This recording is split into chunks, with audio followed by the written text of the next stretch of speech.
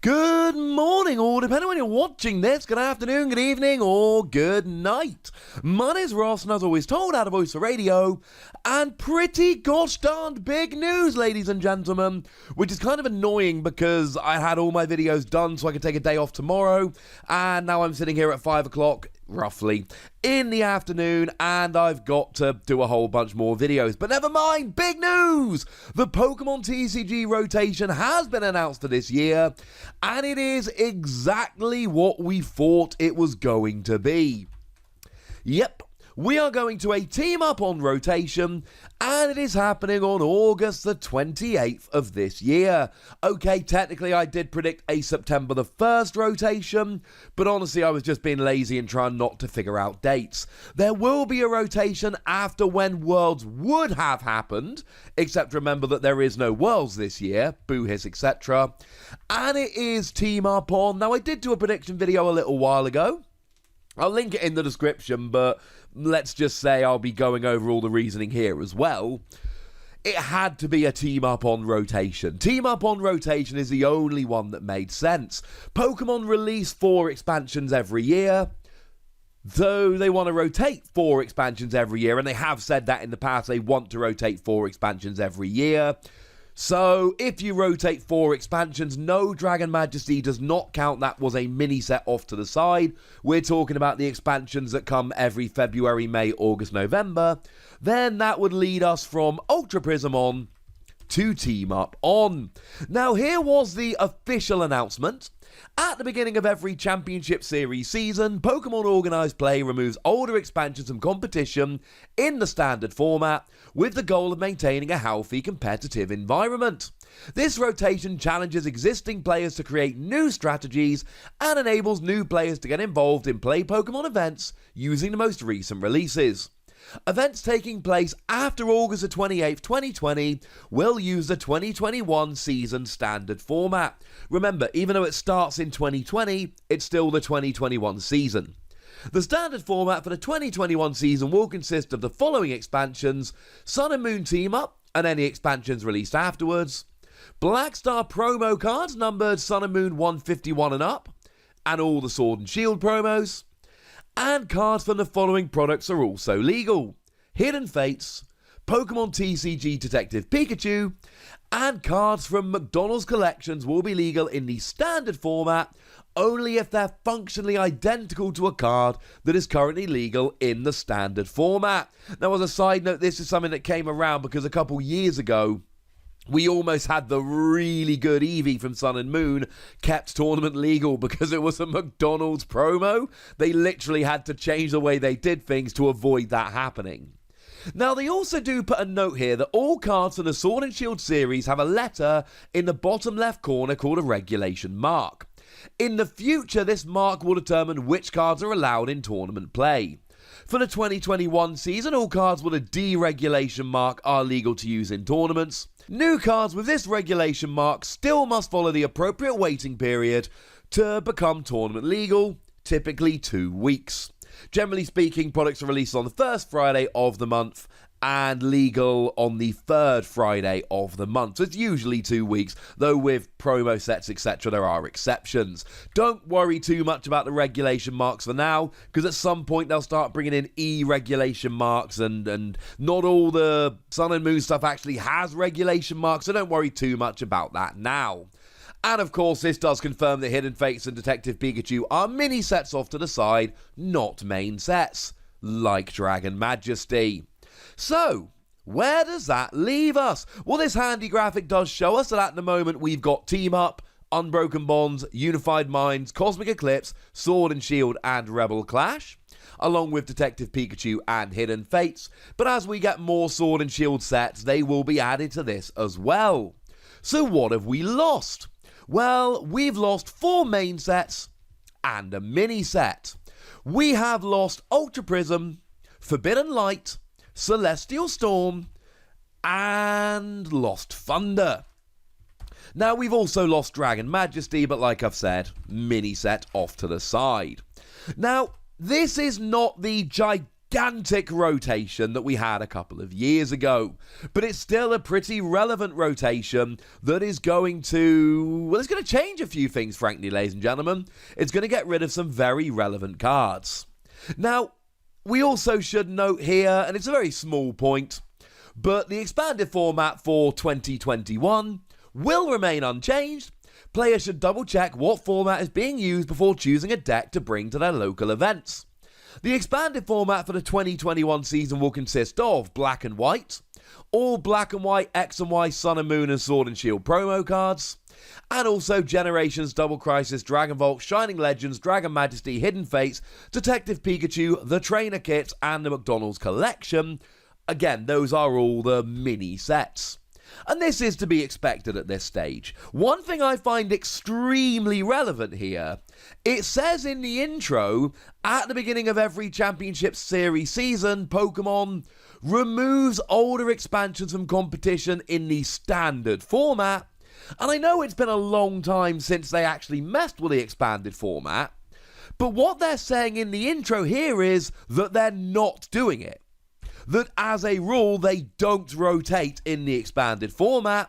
Does that mean that we're never going to have a rotation in expanded? No, obviously not. But it certainly makes it sound like it's going to be a while, at least, before we actually do. Now, of course, Team Up on rotation doesn't just make sense because it's been 4 expansions. It also makes sense because that was when Tag Team Pokemon, think Pikachu and Zekrom, were released. And this means, to make it nice and easy for people, every single Tag Team Pokemon will be legal for tournament play. But it does create a slight awkward situation in that Team Up was the final expansion that had Prism Star cards. And there were 4 in the set. And that means that these are the only 4 Prism Star cards that will be legal for tournament play moving forward. Every single Prism Star has rotated out, except Wondrous Labyrinth Prism Star and Black Market Prism Star, the 2 stadiums, and Tapu Koko Prism Star and Shaman Prism Star, the 2 Pokemon. They are the only Prism Star Pokemon that survived the rotation. All the others are gone. Ouch. Incidentally, by far the most relevant of those is Tapu Koko, and one of the big losses for the rotation is going to be Lightning decks. For a while now, Lightning decks, free energy attackers like Pikachu and Zekrom, have gone, oh, Thunderbolt introduced my energy cost by 1, Tapu Koko to accelerate 1 energy, attack from hand, yay! Now I've got a free energy attack, and for Pikachu and Zekrom, you attack while accelerating free energy. You can still pull this combo off, but now you need to Tapu Koko onto your Pokemon that you want to attack with and another, and then energy switch that second energy over. Possible, but significantly more awkward than it was before. And many of these Prism Stars are going to be big losses. Diancie Prism Star lets all fighting Pokemon do an extra 20 damage. That's going to hurt. Ditto Prism Star can evolve into any Stage 1 Pokemon and led to so many teching options, while adding either a 5th basic if you were playing a 4-4 line, or if you were playing multiple Stage 1s, it could evolve into anything. That's gone away. Beast Energy, doing extra damage for Ultra Beast, has gone away, and Super Boost Energy, which really did give a boost to Stage 2 decks, they've all gone. Please feel free to pop your favourite of the Prism Stars, the one you'll miss the most, in the comment section. Now, in terms of headlines here, there aren't the gigantic headlines we saw before. A lot of it is going to come down to decks staying and decks going away. But I do find it interesting to note that Ultra Beast got a lot of early support and then dropped off the map. I've already mentioned Beast Energy, but we could look at Beast Ring, that accelerates energy on there, and Ultra Space that lets you search them out.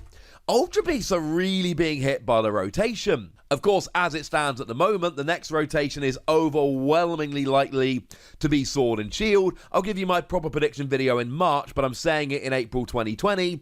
August-September 2021 rotation is going to be Sword and Shield on. That seems pretty much a given at this stage, especially given the regulation marks. That's when Regulation Mark D started.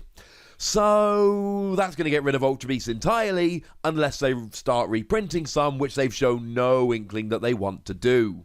The other big thing is we're losing a lot of draw supporters. Cynthia is probably the single best card that is being rotated out. It's the best shuffle draw we've got at the moment. But we're also losing Lily, the best draw until you've got X number of cards in your hand. Judge, which is pretty good for disruption, although to be fair, Marnie does almost completely replace Judge perfectly. Tate and Liza, which is the second best shuffle draw card we've got, but it can also be a switch. And I know it's not a draw supporter, but Professor Al's lecture is going away. Having said that, Professor Oak's setting will help a lot there. Professor Oak's setup lets you get 3 basic Pokemon of different types and put them on your bench. Professor Al's lecture let you get 3 Pokemon with 60 HP or less and put them into your hand. They're not direct replacements, but they will do in a pinch. Which means in terms of draw cards, and I mean good every deck draw cards, we're going to have Professor's Research. That's the one that lets you discard your hand and draw 7 cards.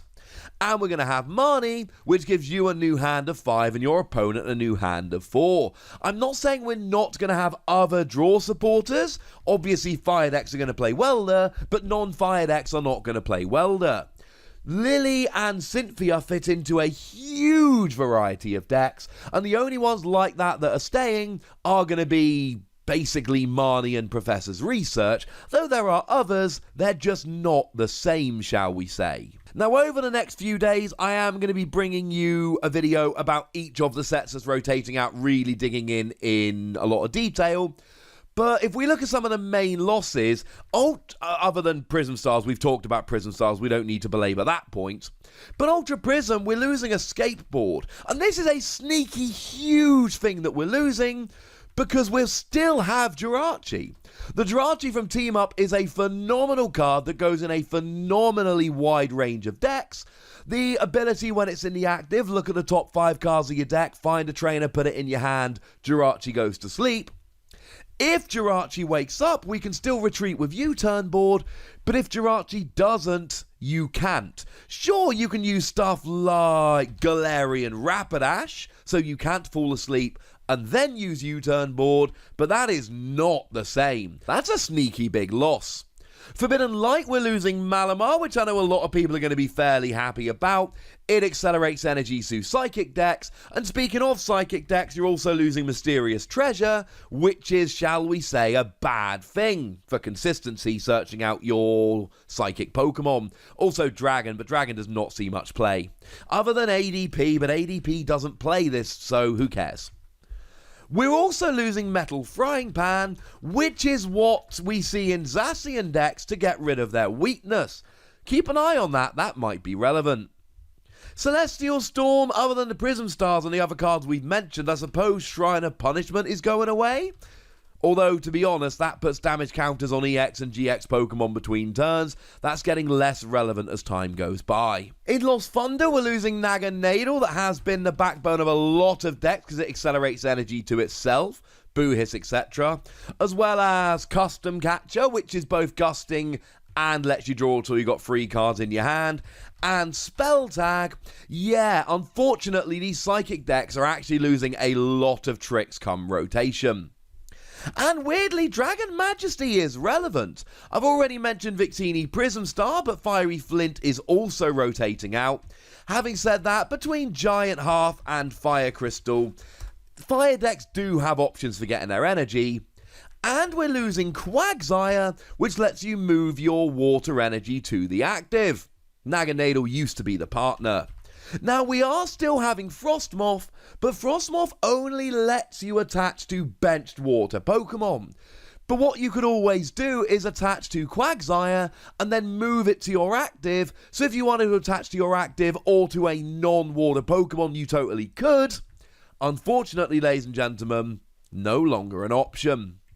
And just before we finish up today, there is a confusing note that Hidden Fates is staying around, except all cards from the Shiny Vault subset, except Lycanroc GX. The thing to remember here is that Shiny Vault was a reprint set, And the only card in Shiny Vault that was reprinted from a set that's Team Up on is that Lycanroc. They're all alternate arts, which means that they have the same legality as the card from which they were reprinted.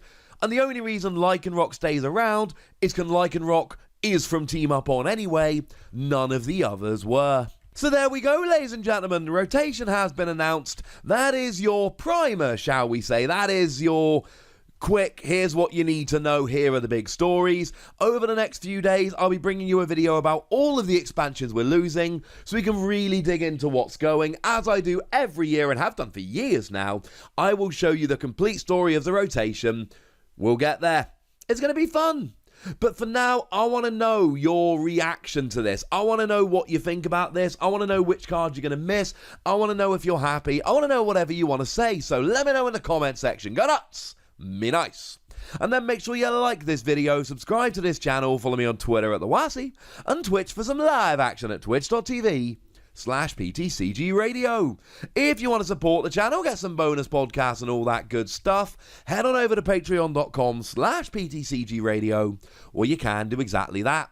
And please do make sure you're checking out youtube.com/WassyPlays, where you can find out about a whole bunch of games that don't have Pokemon in, but are pretty gosh darned awesome nonetheless. But by far the most important thing as always, look after yourselves till next time, would ya? Thank you very much for watching. My name's Ross, and you've been watching PTCG Radio.